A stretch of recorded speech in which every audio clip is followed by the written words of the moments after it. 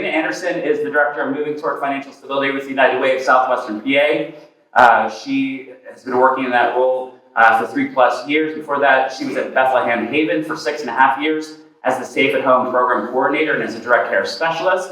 She has a Bachelor of Arts from Carlow University, and she is a great partner. And she was one of the first people when I got here, and Carolyn Bashir was listening to people to make sure to connect with and have on our short list of folks that we're talking and working with. Alena Anderson was on that list 2 years ago, and I'm very proud that she still is a great partner, and we're thrilled to have you here today, our 2022 Keynote Speaker, Alena Anderson. Thank you so much for the invitation, Tom. It is a pleasure to be here, as this topic was so near and dear to my heart as soon as he said suburban poverty. I'm thrilled to actually be speaking about it. I'm not thrilled that it's a thing, but I'm glad we're addressing this.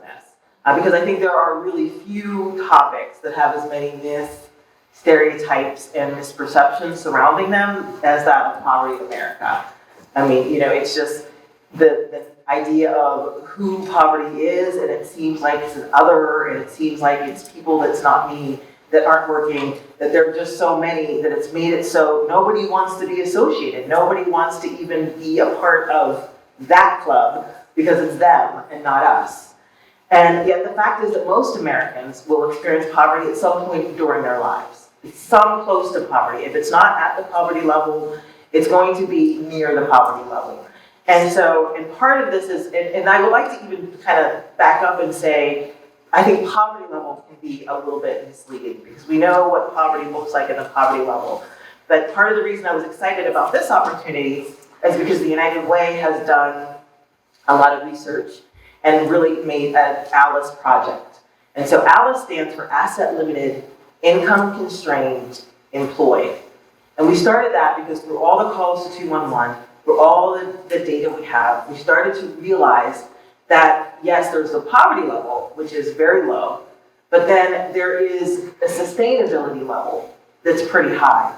So for example, nearly 1.4 million hardworking families have 27% of incomes which exceed the federal poverty level, but are not high enough to pay for basic needs like housing, transportation, food. Now I know that, and these numbers are coming from before the pandemic, and I know we have all seen, we've all went to the grocery store, and we all know inflation is a thing.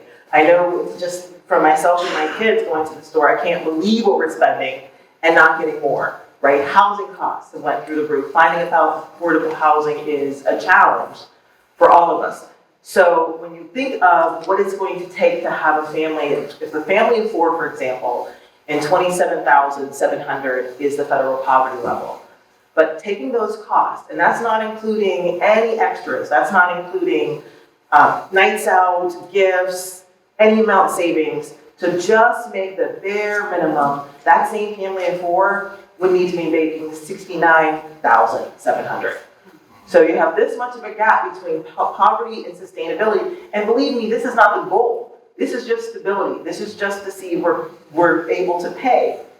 But what it's not going to leave, and I think the most important part, what it's not going to leave you room for, in addition to anything that some people, like we mostly take for granted, like a pizza night, or a birthday party, or my kid playing a sport. But what it's also not going to leave is going to leave nothing for savings. And if you can't make money for savings, if you do not have a savings account, then it's not a matter of if, it's going to be a matter of when the car goes down, somebody gets sick, job loss, divorce, anything happens, and you're going to start to spiral into poverty. And so there's a very cyclical nature of poverty that people don't realize. Most people do not stay in poverty. It's only like 10%. So 10 to 13% of people that are in deep chronic poverty. For the overwhelming majority, people kind of cycle in and out. You fall into it, things happen, somehow you work your way out, and stretch your way out. And I don't want to say work your way out with any bit of grace, but you kind of get out a little bit, and then something happens and you fall back in. And that's an experience that most people have, but it's an experience that most people aren't aware of. And it kind of dovetails into one of the next facts, I think, that people don't realize, is that when you look at in areas like this of where it is, I know the image of poverty is a kind of inner city, very urban experience. And that actually is a really big falsehood. Only 10% of households that are experiencing poverty live in low poverty neighborhoods. And I'm not going to sit here and say that that's not a pressing issue, those areas. And that's not to say that there hasn't been systemic and injustices and racial inequities and redlining and all kind of things that have led there to be a definite racial connection with poverty. And I would not ever deny that. But what I would like to point out is that that also extends to people who are not. That suburban poverty has risen higher than urban poverty. And so I think we need to stop looking at this as an us and them and an other experience and start to look at it as an all of our experience. That these are going to be people that I know. If it's not me, it's going to be someone that I know, someone that's dear to me. It's my neighbor that's experiencing this. This insecurity is not them, and it's not a personal failure.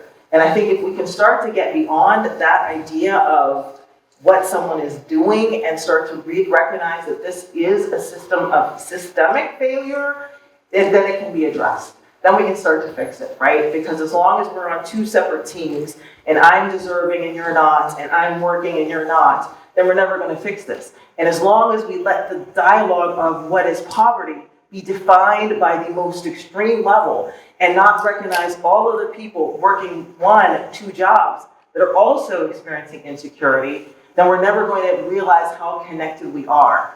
And the fact of the matter is that it's not inevitable. We don't have to just accept poverty as just something that, well, it's just here, I guess there's nothing we can do. There are things we can do about it, but we can only do that if we connect together and work on this together. We know right now, for example, SNAP, the food stamps, the Supplemental Nutritional Assistance Program, finally increased to 200% of the poverty level because they want to reach working families, because they finally recognized, and this is through dedicated legislators, this is through action and collective action, to realize that people are struggling that are working, that it's not a matter of those people, but we all need help, and we all need to band together to do that. And I'm very proud of the work at the United Way, besides the Alice Project. But just from our data from 211, 400,000 calls are coming in last year for help. It clearly shows this is going beyond any one area, any one community. This is a community in every corner, rural, suburban, inner city, all of us. But the struggle is real, and the struggle should concern us all because it brings so much to our communities, it brings so much to our world, when everybody should have a sense of thriving. And I mean, if you think of it from just a personal level, don't we all deserve that? Don't we all deserve an opportunity to not have to worry, to not figure what bill do I pay, what thing do I pay next, the stress of trying to pretend that I'm doing okay when I'm not, the stress of trying to send my kids and make up excuses when I can barely pay for them. They want to play a sport and I got to tell them no, or I've got to think of a reason maybe why they can't do it because I'm worried about the fees. No parent should have to deal with that, and children shouldn't have to come up in a household that's determined by their zip code. Their opportunity should never be determined by where you live. And if you're living in an area, even out here in our suburban communities where there's actually more challenges, because there's not as many resources, because you're not seen and you do seem invisible, because transportation might not be there to get you where you need to go. So I think this is the time and place, and COVID kind of brought a lot, I think, to our attention and made a lot of things more real that we recognized along racial, along gender, along age, along disability, along any kind of inequities we're talking about. But I think at bottom line, seeing that we are all able to afford and to live and to thrive should be something that we're all a part of. And I'm thrilled to be a part of United Way because we do take that action and we reach that across all of our investment priorities, whether it's working with children in our Building for Success and Student Life, whether it's meeting basic needs and helping people just keep the lights on and keep the roof over their head, or it's moving toward financial stability where we really take the steps to make sure that people are able to not need for help and reach out. I think that is what United Way is able to do. And we're only able to do that because of partners like North Hills Community Outreach that are out here on the front lines, that are doing it, that are connecting people to resources, not just to help them get through, but to thrive. Partners I know in our free tax prep program, And the Earned Income Tax Credit is perhaps one of the most strongest anti-poverty programs in the country, lifting millions of kids out of poverty each year and families. So I just thank you all for this opportunity. I thank you all for listening to me today. And I'm encouraged seeing this because I know that together, though it seems a big thing, I know we can only do this together. And I know we will do this together. So thank you so much for your time. And I hope you all have a great day.